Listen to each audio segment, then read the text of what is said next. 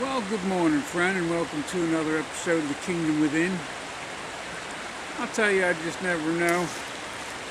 I wasn't planning on stopping here and doing a video, but Spirit seems to say this is the right place and the right time.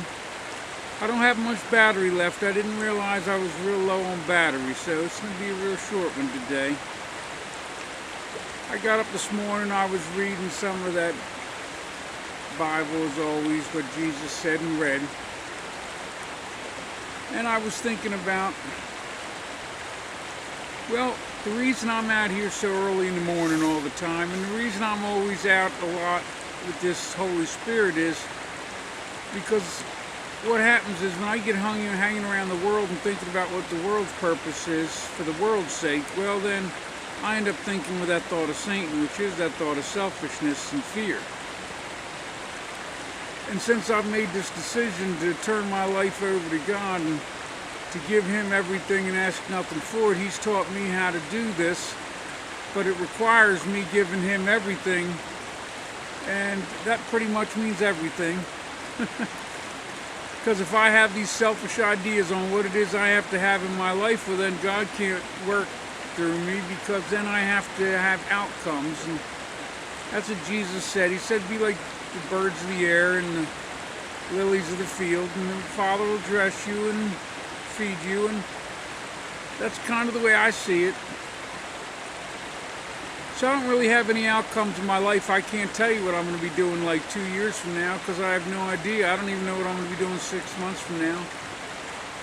Right now I have a job, so I assume I'm still doing that. But I'm moving out of that 3-bedroom house soon and into that van, because, well, that van isn't ready yet. It's actually, hopefully, it will be done inspection and have its new tires and all that by the beginning of this week, by tomorrow, hopefully. Then once I get it back, I got to start building it. And last night I put my car for sale online. So if you're looking for a 2017 Chevy Sonic in pretty good shape, that's the one to get. It's an RS, but it's at 50,000 miles, so it's going to need like tires and stuff. It's inspected till May. Not that I'm on here running mad about that. I just kind of find some of these things that goes on in my life funny, friend. I just never know what my Father's going to ask of me, and believe me, a few months ago I'd have never considered doing what I'm doing now. But He just leads me down these paths and shows me what He wants done, and so I'm going to live in that van and I'm going to teach the love of Christ. Now that doesn't mean I'm not going to do the job that I do now. It just means that I'm going to do it in a different kind of way from a van. Of course, we have an office where I go to work, so it really doesn't matter where I live. I can do my job just fine. But my life is about serving Him. The reason my job at work is good is because I help people help people. That's what I do. I'm a servant, and so that falls in line with what Jesus asked me to do. And that doesn't mean that your life's going to fall in line that way, or that it has to. I'm not here to tell you how to find this kingdom in your death. If you're looking for that, you're looking to listen to the wrong guy, because I'm the guy that found the kingdom in his life, and because I have it in my life, I've received this Holy Spirit because I became willing to die in order to live. And that means that I did give God a death, but it doesn't matter whether I ever have to give it or not. What He was a gift. He gave me something that thought of Satan couldn't take from me. Because if I'm willing to give Him that death, well, there's just no death that thought of Satan can scare me with, because, well, ain't none of them going to be any worse than that one, I imagine. But it doesn't matter, see, so I consider it a gift. I'm not thinking that my Father's going to call me to it, but we'll see what happens. I don't know. But what He showed me was that I have to be willing, or else He can't give me life, because life comes from our lack of fear of death.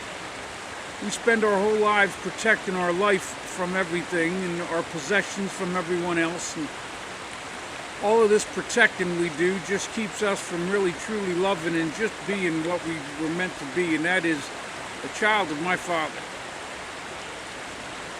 So I've given all that up. I don't care. Whatever you take from me, you can't take anything that isn't my Father's already. And well, if you take from him, you take it from yourself. So it doesn't matter.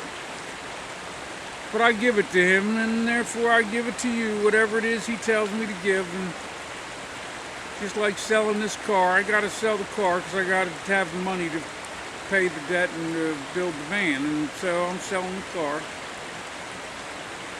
But I don't know how this works, friend. I'm walking in the dark, and I'm going to tell you, I'm out here a lot in the woods because I have to keep my faith up, and the only way to do it is to stay with this Holy Spirit. And out here, I am much more clear on this Holy Spirit, and when it talks to me, I truly hear the truth of love and the love of truth. That thought of Satan wants to scare me to death with everything. But it's not what everybody thought. It's not this great demon. It's this thought that's in your head. My Father gave it to you as a gift, even though it seems to be a curse. The problem is that when we eat that fruit and we choose that thought of selfishness snowballs and turns evil. And people justify that it's okay that they're a little selfish, but it's wrong that everybody else is extra selfish. And I've got no judgment for any of it, friend. The Holy Spirit taught me not to judge. That's all I know. I can't judge it. I was eating way too much fruit and I was way too selfish, friend. I've got no judgment. I want forgiveness, and therefore I give forgiveness. And since I give it, I get it. That's what it is that Jesus said. Jesus said if you want it, then you have to give it, and because you give it, you'll receive it. And I know that isn't what the church said, and a lot of them people said. They said you don't have to forgive to be forgiven, but that's just an outright lie. And if you'll read that Jesus, you'll know that to be true. The problem is most of y'all didn't buy a book with what Jesus said and read, and Jesus was said to be the Word. So if Jesus is the Word, well then what he says is what really matters. All the rest of that stuff in that Bible, though it was meant for another time and another place, this is not the time nor the place. You can't see what's coming, it's because you ain't looking, and I don't blame you for not looking because it's scary, but this is the truth. If my Father's children are willing to let his neighbors starve for no other purpose except to eat more of the fruit for themselves, then my Father's right for doing what he's going to do, and that is to level the playing field. Because, friend, I'm going to tell you, all these rich folk that go to church once a week are acting all self-righteous a lot of times and pretending as though that they're going to get this kingdom in their death, and they're not getting anything except what they gave in their life, which is nothing. And I'm not saying it out of judgment, because I love every one of you. The ones that are starving the other people and the ones that are starving, just like me. I've been on both ends of this stick, friend. I was too busy being selfish to be my Father's servant. I'm telling you the truth. But if I don't talk about the truth, then I'm not doing what my Father asked. And when this Father in me, when he gave me this death and I agreed so that I could find the truth, well, what he gave me is the truth of love and the love of truth. And it's far greater than what the world thought it was. But love is the way. It's the only purpose there ever was, and it's the only purpose there'll ever be. Love. The purpose of the world is to come to know love by experience.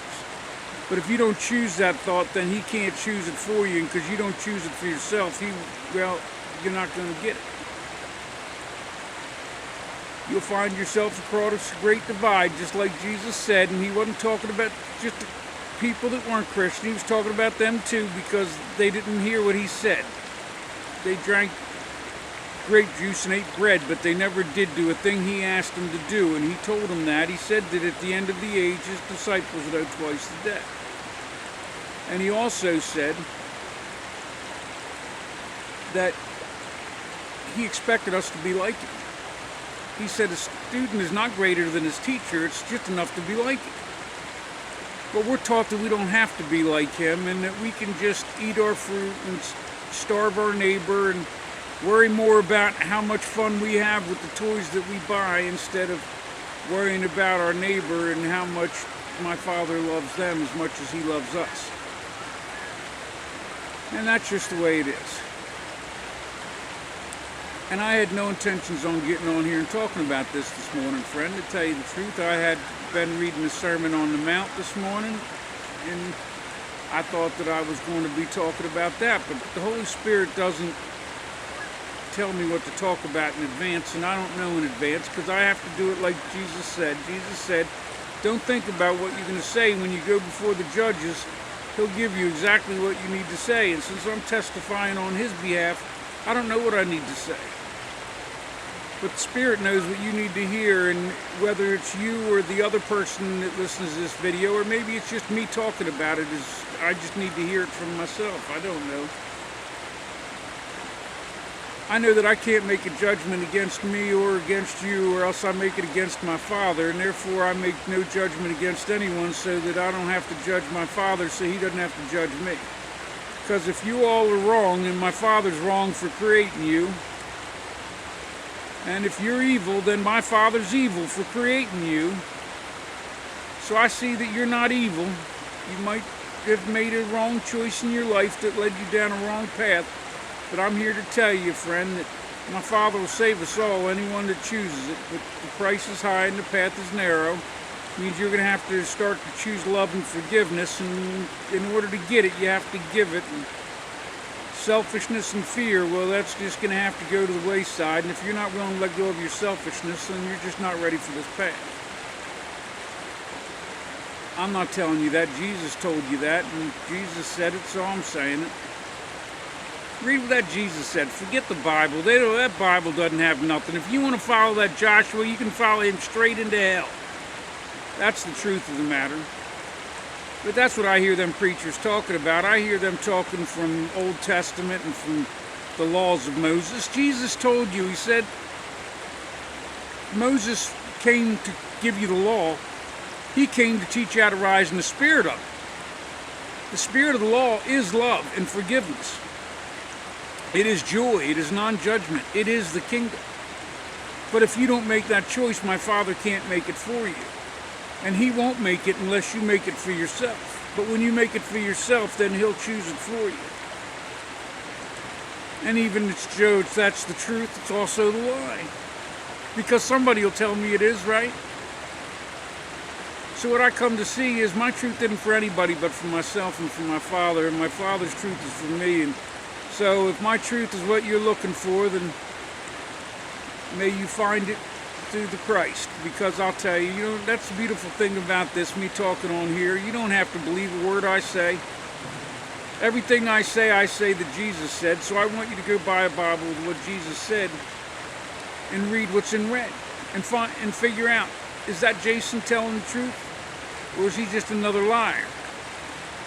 So I'm going to tell you that serpent talks with half a tongue, and that's quite often what that church has done, is it's wiggling half a tongue. It tells you can receive your death, this kingdom in your death without giving in your life, and that isn't what Jesus said. And if you get bucked with what Jesus said and read, you will see that they clearly misled.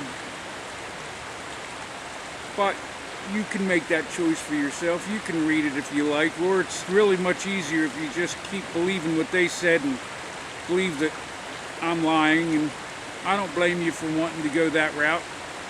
I did it for quite some time myself because, well, I wasn't really ready. I wanted the truth, but I really didn't want the truth. I wasn't willing to pay the ultimate price for it. Turns out the ultimate price is joy and love and peace, and finally being at peace with myself and with my Father. I might not have much, but I got everything I need. My life's become an adventure, and I'll tell you what, I was a coward, friend. I'm just enjoying this life. Well, my battery's about dead on this camera. I can see it blinking, so I'm going to get off here. May God bless you and yours.